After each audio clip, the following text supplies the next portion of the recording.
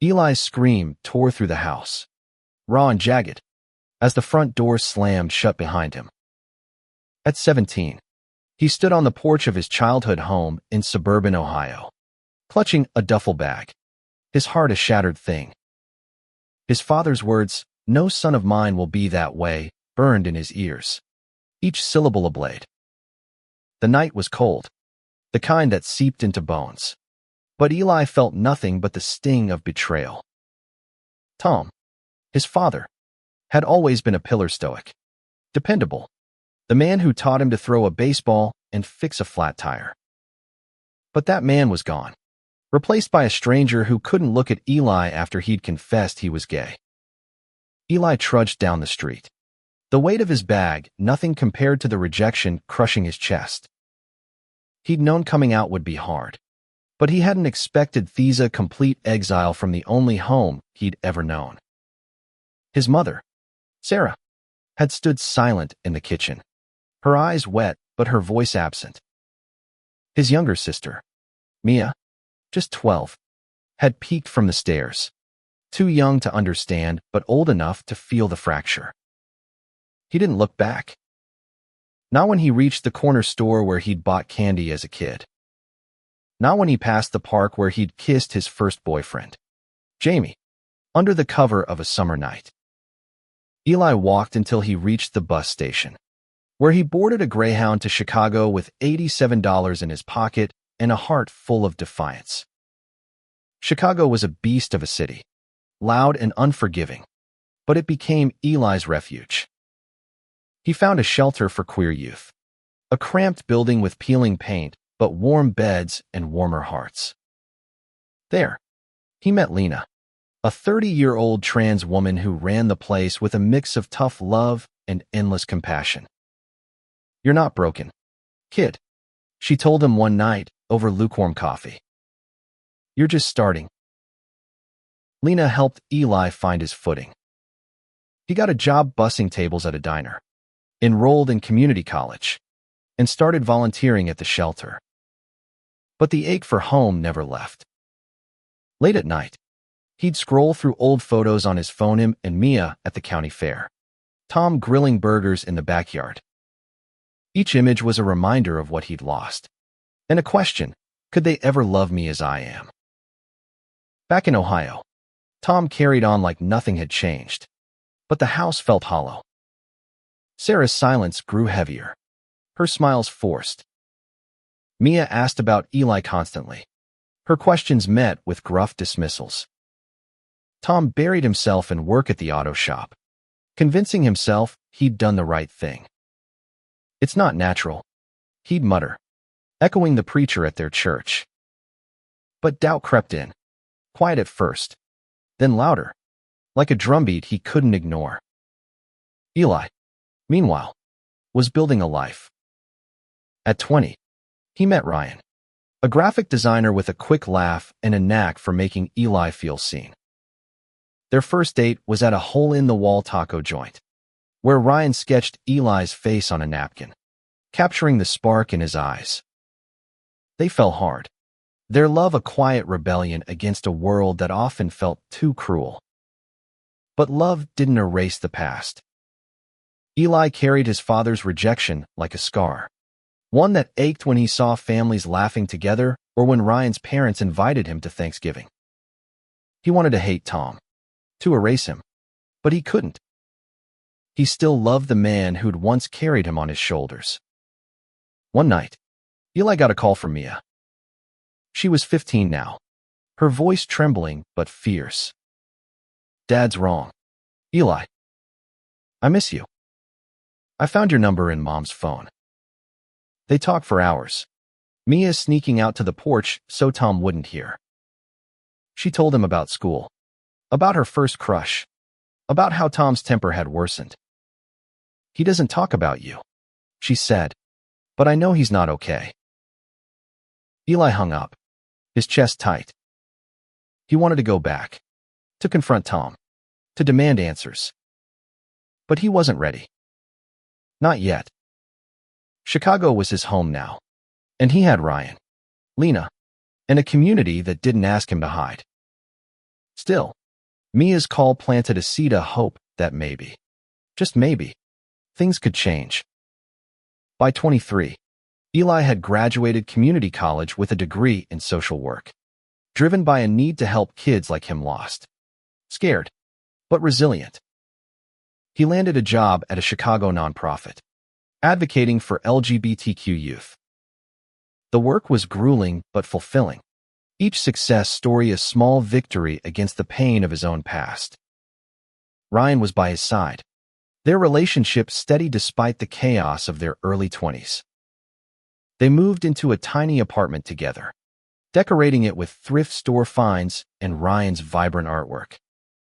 Eli's life was full, but the hole left by his family never closed. Mia kept in touch, texting updates about her life and, occasionally, about Tom. "He's quieter now," she wrote once. "I heard him crying in the garage last week." Eli didn't know how to feel anger, pity, or something softer. He pushed it down, focusing on his work and Ryan's unwavering support. In Ohio, Tom's world was unraveling. Sarah had started attending a different church, one that preached love over judgment, and it shook him. She'd begun questioning his choices, her voice no longer silent. "You threw away our son," she said one night, her words cutting deeper than any argument. Tom didn't respond, but her accusation haunted him. He started noticing the empty chair at dinner, the way Mia's laughter had dimmed. One day, Tom found an old photo in a drawer. Eli, age 10, grinning with a fishing rod by the lake. The memory hit like a punch, Eli's small hand in his, the pride in his son's eyes. Tom shoved the photo back, but it was too late. The doubt he'd buried was now a flood, washing away his certainty. He started reading online, stumbling across stories of parents who'd lost their kids to rejection. One blog, written by a father who'd reconciled with his gay son, left Tom sleepless. Eli, meanwhile, was making waves in Chicago. His nonprofit launched a campaign to fund a new shelter, and Eli's passion caught the attention of local activists. He spoke at community events, his voice steady but raw, sharing his story without naming Tom. "I was kicked out at 17, he'd say, but I found people who showed me I was enough." The crowds listened, moved by his honesty, and donations poured in. Ryan noticed Eli's growing confidence, but also his quiet moments of grief. "You ever think about going back?" Ryan asked one night, as they lay in bed. Eli stared at the ceiling. "I don't know if I can face him. What if he still hates me?" Ryan squeezed his hand. "You don't have to go alone." Mia's calls became more frequent, her tone urgent. "Mom's talking about leaving Dad," she said one evening. "She says he's stuck, but I think he's scared." Eli's heart raced. He hadn't seen his mother in years, hadn't heard her voice since that night. The idea of her leaving Tom was unthinkable, yet it stirred something in Hema need to know where they all stood. Eli started therapy, a step he'd avoided for years. His therapist, a kind woman named Dr. Patel, helped him unpack the layers of hurt. "You're allowed to love your dad and be angry with him," she said. "Those feelings can coexist." Eli began writing letters to Tom, not to send, but to process. Each one started with rage and ended with longing. Back in Ohio, Tom attended a PFLAG meeting in secret, slipping into the back of a community center. He listened to parents share stories of regret and redemption, their voices trembling with the weight of lost time. One woman spoke of her daughter, estranged for years but now close again. "I had to admit I was wrong," she said.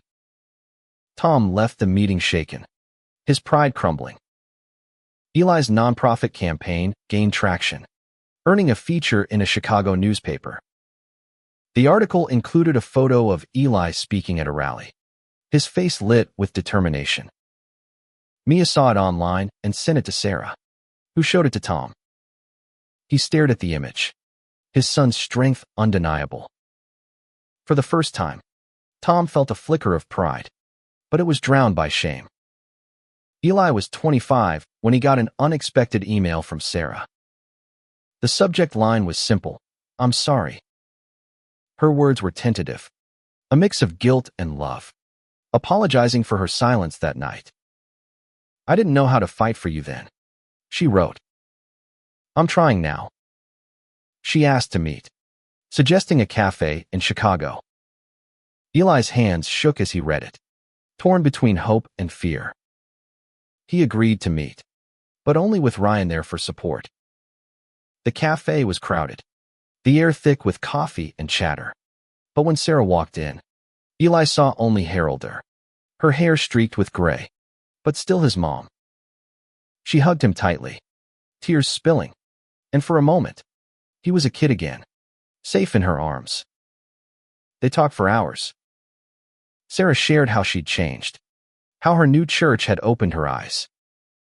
She spoke of Tom's struggles, his late-night pacing, his refusal to talk about Eli. "He's not the same man," she said. "But he's not ready to face you." Eli nodded, his throat tight. He wanted to ask why, but the answer felt too heavy. The meeting left Eli raw but hopeful. He and Sarah started texting regularly, rebuilding their bond. Mia joined some of their calls, her voice bright with relief. But Tom remained a shadow, present in their stories but absent in reality. Eli tried to focus on his life, his work, Ryan, the shelter, but Tom's absence loomed larger now. In Ohio, Tom was spiraling. The auto shop was struggling, and his fights with Sarah grew frequent. She'd moved out for a month, staying with her sister, and the house felt like a tomb. Mia, now 17, was defiant, calling Tom out for his stubbornness. "You're losing everyone," she said one night, slamming her bedroom door. Tom sat alone, the weight of her words crushing him. He started attending PFLAG meetings regularly, though he rarely spoke. One night, a young man shared his story of being kicked out, and Tom saw Eli in his face, the same pain, the same resilience. He drove home and pulled out the newspaper clipping of Eli's rally, staring at it until dawn. He wanted to reach out, but fear stopped him. What could he say after 7 years of silence? Eli's nonprofit was thriving, and he was invited to speak at a city council meeting about funding for queer youth programs. He prepared meticulously, knowing the stakes. Chicago's City Hall was imposing, all marble and echoes. But Eli felt steady as he spoke, his voice carrying the weight of his journey. The council approved the funding, and the room erupted in applause. Ryan was there, beaming, and Lena hugged Eli tightly. "You did it, kid," she whispered. After the meeting, Eli stepped outside, the Chicago skyline glittering against the night. He felt proud but incomplete. He wanted his father to see this, to know the man he'd become. He sent Sarah a photo from the event, hoping it might reach Tom. It did. Tom stared at the image on Sarah's phone, Eli standing tall in a suit, and something broke inside him. Tom started writing a letter, his hands unsteady. "Eli," it began, "I don't know if you'll read this, but I need you to know I'm sorry." He wrote about his regrets, his fear, his love. He didn't send it, not yet, but he carried it in his pocket, a reminder of what he needed to do. Eli, unaware of the letter, threw himself into his work. The shelter's new funding meant more beds, more staff, more hope. He and Ryan started talking about marriage, a dream that felt both thrilling and terrifying. But every step forward brought Tom's shadow closer.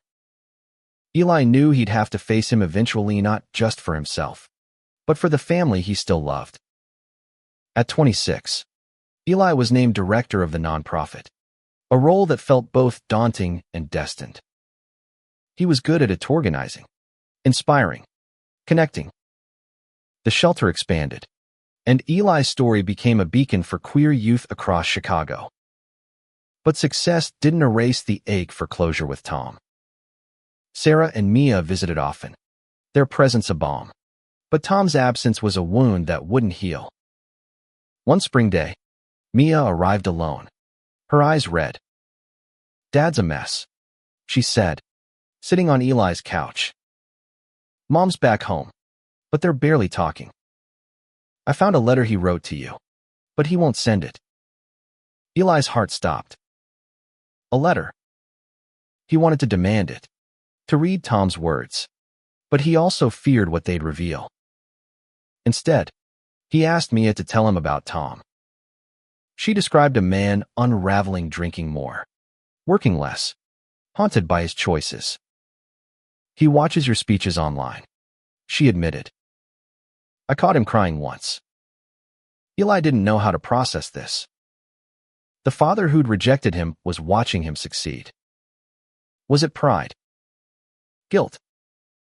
Both. Eli threw himself into planning a major fundraiser for the shelter, a gala at a downtown hotel. He invited Sarah and Mia, hoping they'd come. He didn't invite Tom, but the thought of him lingered. Ryan helped with the event, designing posters and calming Eli's nerves. "You're doing this for you, not him," Ryan reminded him. The gala was a success, raising enough to fund a new outreach program. Eli spoke to a room of donors, his voice steady but emotional. "I was kicked out for being who I am," he said, "but I found a family in this city." The crowd stood, applauding, and Sarah wept in the front row. Mia hugged Eli afterward, whispering, "I'm so proud of you." Back in Ohio, Tom saw a live stream of the gala, forwarded by a PFLAG friend. Eli's words hit him like a tidal wave. He pulled out the letter, now creased for months, in his pocket, and added a line, "I'm proud of you, son." But he still couldn't send it. Fear of rejection, of facing his shame, kept him frozen. Eli and Ryan got engaged that summer, a quiet moment on a Lake Michigan pier. Ryan proposed with a simple silver ring, and Eli said yes through tears. They planned a small wedding, inviting Lena, Sarah, Mia, and a few close friends. Eli debated inviting Tom, his heart torn. Dr. Patel urged him to consider it. "You don't owe him anything," she said, "but you deserve to know where he stands." Eli sent the invitation, a simple card with a handwritten note. "Dad, I'm getting married. I'd like you to be there." He mailed it, expecting nothing. Days passed, then weeks. No response. Eli told himself he was fine, but the silence hurt more than he'd expected. Tom received the invitation and sat with it for hours. He wanted to go, to see Eli happy, but the thought of facing him was paralyzing. Sarah found him staring at the card and sat beside him. "You owe him this," she said softly. "You owe yourself this." Tom nodded, tears falling, but he still didn't reply. The wedding was a month away when Eli got a call from an unknown number. It was Tom, his voice rough and halting. "Eli, it's me.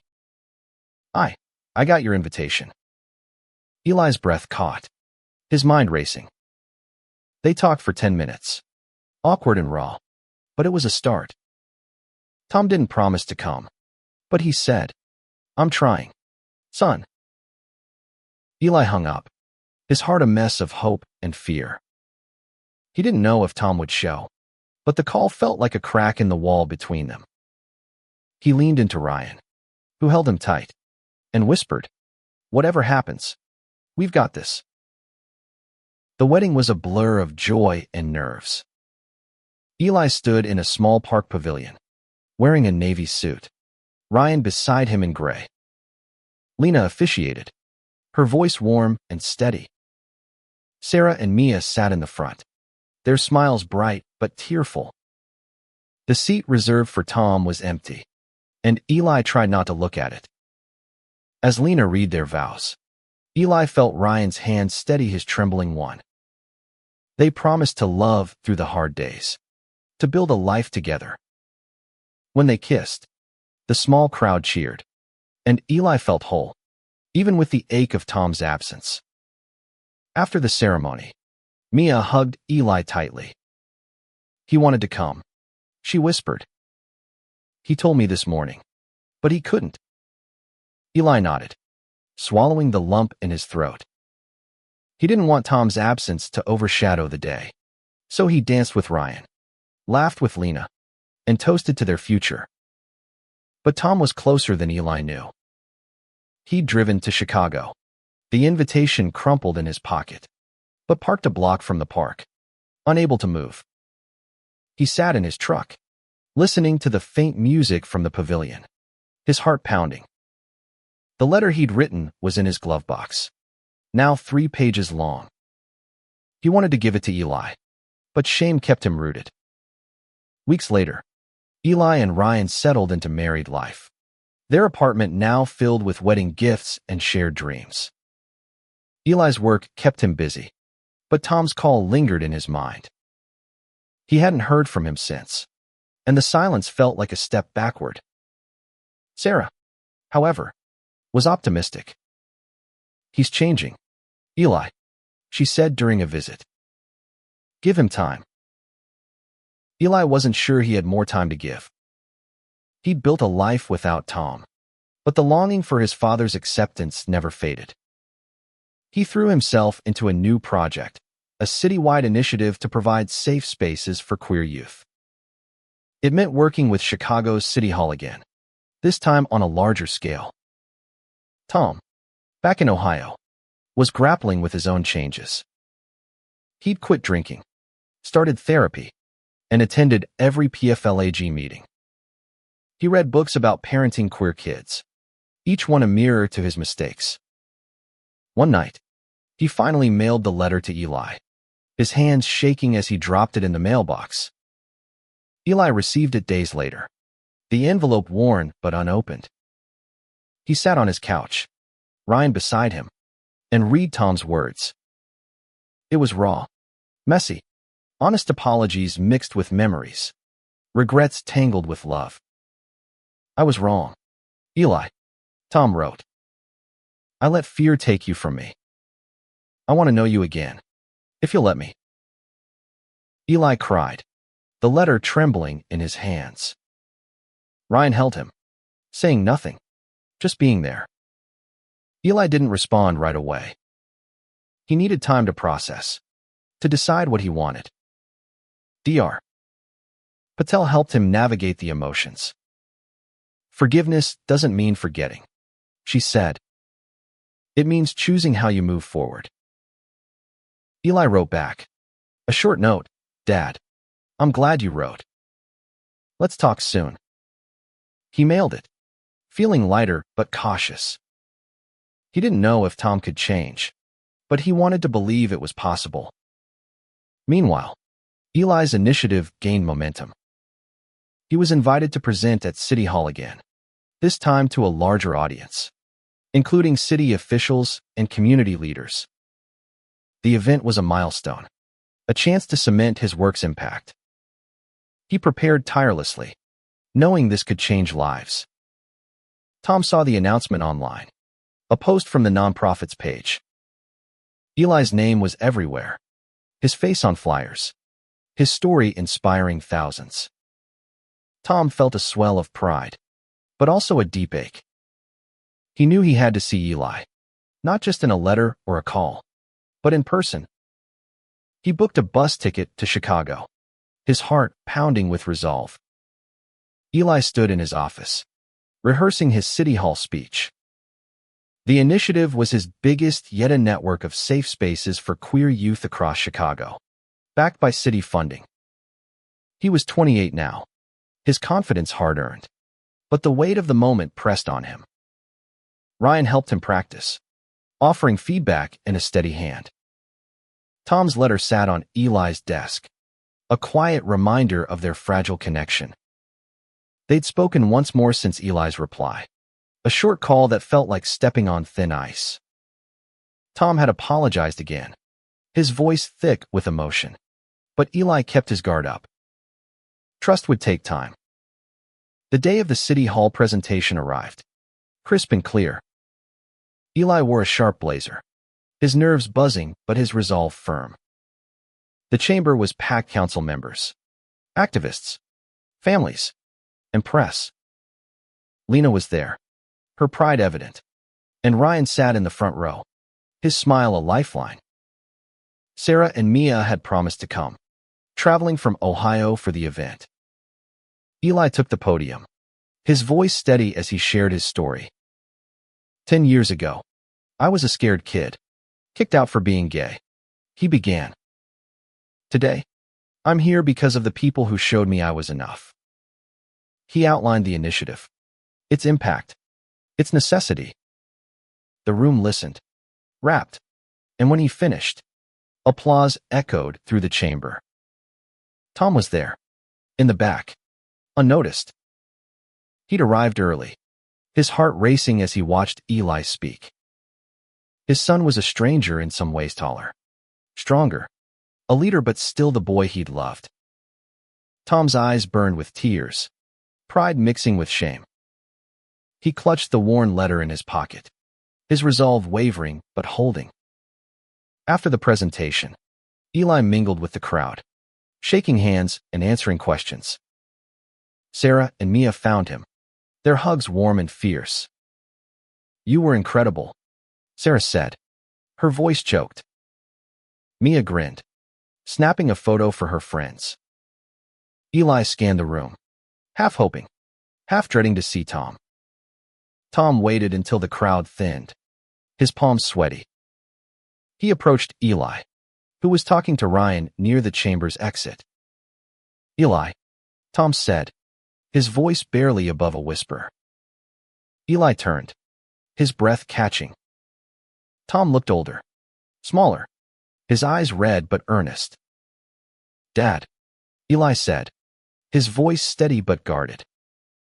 Ryan stepped back, giving them space but staying close. The air was thick with unspoken words, years of pain and love tangled together. Tom tried to speak, but his voice broke. Instead, he pulled out the letter, now tattered, and handed it to Eli. "I meant every word," Tom said. "I'm so sorry, son." Eli took the letter, his hands trembling. He didn't read, he'd already memorized it, but the gesture felt like a bridge. They stood in silence, the weight of the moment pressing down. "I don't know if I can forgive you yet," Eli said finally, his voice raw. "But I'm glad you're here." Tom nodded, tears spilling. "I'll keep trying," he said, "for as long as it takes." Eli nodded, his throat tight. He didn't know what came next, but for the first time, he felt a flicker of hope. Ryan took his hand, grounding him, and Sarah and Mia joined them, their presence a quiet strength. The City Hall chamber, grand and imposing, felt smaller now, a backdrop to something far more human. The encounter at City Hall left Eli shaken but resolute. He and Tom didn't hug or make grand promises. Too much had happened for that, but they agreed to meet again. Tom returned to Ohio, carrying Eli's words like a lifeline. "I'm glad you're here." Eli, meanwhile, leaned on Ryan and his work, processing the moment with Dr. Patel. Over the next few months, Eli and Tom started talking more short calls at first, then longer ones. Tom shared stories from his therapy, his struggles to unlearn decades of prejudice. Eli listened, cautious but open, sharing bits of his life in return. It was slow, messy, but real. Sarah and Mia became the glue, visiting Eli often and urging Tom to keep trying. Sarah's own journey leaving the church that fueled their division. Rebuilding her bond with Eli inspired Tom. Mia, now in college, was blunt with her father. "You messed up, Dad," she'd say. "But you can fix it." Eli's initiative launched successfully, with safe spaces opening across Chicago. He was invited to speak at a national conference, his story now a symbol of resilience. Each speech felt like a reclaiming of his past, a way to turn pain into purpose. But Tom's presence at City Hall lingered, a reminder that healing wasn't just about moving forward, it was about facing what was left behind. Tom started volunteering at a local LGBTQ center in Ohio, a small step but significant. He met parents like him, wrestling with guilt, and kids like Eli, rebuilding after rejection.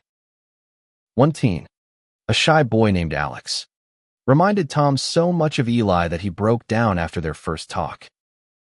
He told Alex's parents, "Don't wait like I did. You'll lose more than you know." Eli and Ryan planned a trip to Ohio, their first since the wedding.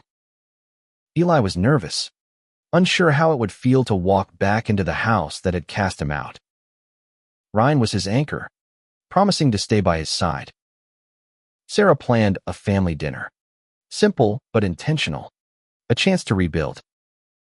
The day arrived, and Eli stood on the porch of his childhood home, Ryan's hand in his. Tom opened the door, his face a mix of fear and hope. "Welcome home," he said, his voice cracking. Eli nodded, stepping inside, the familiar smell of the house hitting him like a wave. Dinner was awkward but warm. Mia filled the silence with stories. Sarah smiled through tears, and Tom listened, his eyes rarely leaving Eli. After dessert, Tom asked Eli to step outside. They stood by the old oak tree in the backyard, the same one where Eli used to climb as a kid. "I don't deserve your forgiveness," Tom said, his voice low, "but I'm asking for a chance to earn it." Eli looked at him, seeing not just the man who'd hurt him, but the father who was trying. "I want that too," Eli said, "but it's going to take time." Tom nodded, his eyes wet. "I've got time, son." They didn't hug, but they stood together, the silence softer now, filled with possibility. A year later, Eli was invited to receive an award at Chicago's City Hall for his work with queer youth. It was a full-circle moment, a celebration of his impact. Ryan, Lena, Sarah, and Mia were there, along with dozens of kids from the shelter, their faces bright with pride. Eli felt their love, a family forged through choice and struggle. Tom had asked to come, and Eli agreed, though his heart raced at the thought. The ceremony was in the same chamber where Tom had first approached him, its marble walls now a symbol of reconciliation. Eli took the stage, his speech heartfelt, thanking those who'd lifted him up. He didn't mention Tom, but his eyes found him in the crowd. After the ceremony, the crowd spilled onto the City Hall steps for photos. Eli stood with Ryan, their hands clasped, as cameras flashed. Tom lingered nearby, hesitant. Then, in a moment that stopped Eli's breath, Tom stepped forward and knelt before him, tears streaming down his face. "I was wrong, Eli," Tom said, his voice loud enough for the crowd to hear. "I'm so proud of you, and I'm so sorry." The steps fell silent, all eyes on them. Eli's throat tightened, his own tears falling. He reached down, pulling Tom to his feet, and for the first time in 11 years, they hugged fierce, raw, unbroken. The crowd erupted in applause, but Eli and Tom didn't hear it. They held on, years of pain and love pouring out. Sarah and Mia joined them, their arms wrapping around, a family pieced back together. Ryan stood close, his smile soft, knowing this was what Eli had carried all along. The moment made headlines. A photo of Tom kneeling before Eli shared across the city. It became a symbol of redemption, of love's power to heal. Eli and Tom kept working on their relationship, meeting for coffee, calling weekly, rebuilding trust. It wasn't perfect, scars don't vanish, but it was enough. Eli's work continued, his shelters saving more lives. He and Ryan dreamed of starting a family, inspired by the kids they helped. Tom became an advocate in his own right, speaking at PFLAG events about his journey. He told parents, "Don't lose your kids to fear. Love them. It's not too late." On a quiet evening, Eli sat with Ryan on their balcony, the Chicago skyline glittering below. He thought of that night at 17, alone with a duffel bag, and marveled at how far he'd come. The pain hadn't vanished, but it had shaped him into someone stronger, someone who could forgive. He looked at Ryan and smiled. "We made it," he said. Ryan kissed his hand. "Yeah, we did." And in that moment, Eli knew love, not fear, would always have the final word.